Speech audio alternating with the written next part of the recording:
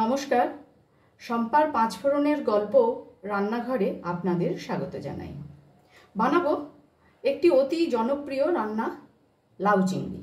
এই লাউ চিংড়ি বানাবার জন্য আমি এখানে এরকম একটি গোল লাউয়ের অর্ধেকটা নিয়েছি এরকম সাইজের চিংড়ি মাছ 100 গ্রাম, নিয়েছি 3টে পাকা লঙ্কা, 1 টুকরো আদা, জিরে, তেজপাতা।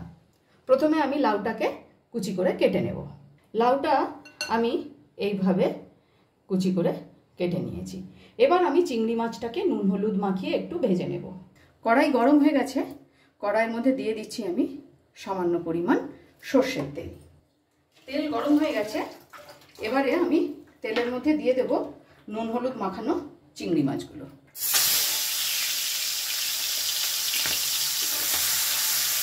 একটুখানি ভেজে নেব।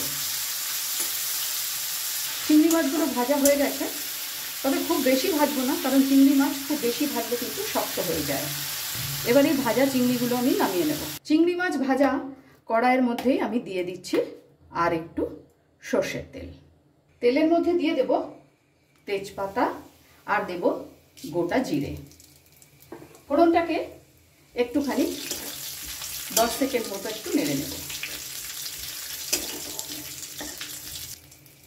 এবার এর মধ্যে দিয়ে দেব কুড়োনো আদা।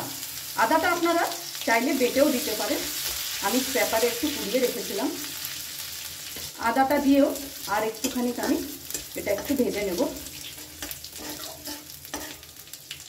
এবারে এর মধ্যে আমি দিয়ে দিচ্ছি কেটে রাখা লাউ। লাউটাকে এবারে খুব ভালো করে আমি মিশিয়ে নেব।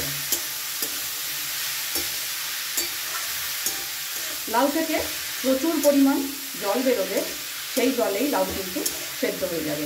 এখানে আলাদা করে আর কোনো জল দেওয়ার প্রয়োজন নেই। লাউয়ের মধ্যে এবার আমি দিয়ে দেব পরিমাণ মতো নুন।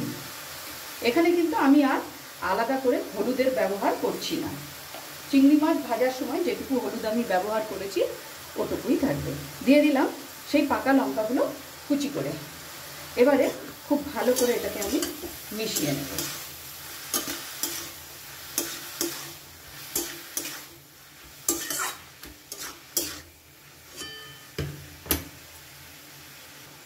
এখন আমি এটাকে 5-7 মিনিটের জন্য ঢেকে গ্যাসের ফ্লেমটাকে আমি মিডিয়ামে করে দিলাম। 5 মিনিট মতন হয়ে গেছে। এবার আমি ঢাকাটা খুলে একটু দেখে নেব।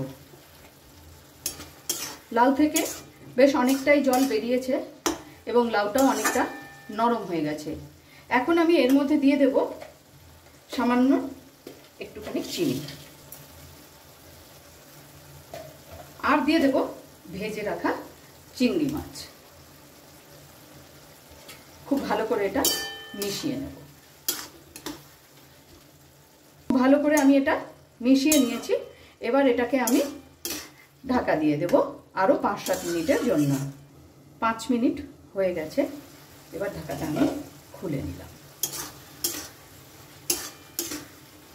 লাউ খুব সুন্দরভাবে সেদ্ধ হয়ে গেছে এবং জলটাও প্রায় মরে গেছে। সামান্য একটু জল আছে, কিন্তু এবারে নামাবার আগে আমি এটার মধ্যে দিয়ে দেব সামান্য একটুখানি আটা। আটাটা দিলে জলটাও শুকিয়ে যাবে এবং এই লাউ চিংড়িটাও একটু মাখো মাখো ভাব হয়ে যাবে। বেশ সুন্দর করে এটা আমি মিশিয়ে নিচ্ছি। আমার রান্না যদি আপনাদের ভালো লেগে থাকে অবশ্যই লাইক ও ফলো করে আমার পাশে থাকবেন। আর যারা ইউটিউব থেকে দেখছেন তাদের কাছে অনুরোধ রইল চ্যানেলটিকে সাবস্ক্রাইব করে অবশ্যই পাশে থাকা বেল আইকনটি প্রেস করবেন, যাতে আমি কোনো নতুন রেসিপি দিলে আপনাদের কাছে নোটিফিকেশন পৌঁছে যায়। লাউ চিংড়ি একদম রেডি। এবারে এটাকে আমি 5 মিনিটের জন্য স্ট্যান্ডিং টাইমে রেখে দিলাম। তৈরি করে নিলাম খুব সহজে এবং খুব কম সময়ে একটি সুস্বাদু রেসিপি, লাউ চিংড়ি। ভিডিওটি আপনাদের কেমন লাগলো অবশ্যই কমেন্টস করে জানাবেন। আজ তাহলে এই পর্যন্তই। দেখা হচ্ছে সামনের ভিডিওতে অন্য কোনো রেসিপির সাথে। ভালো থাকবেন, সুস্থ থাকবেন।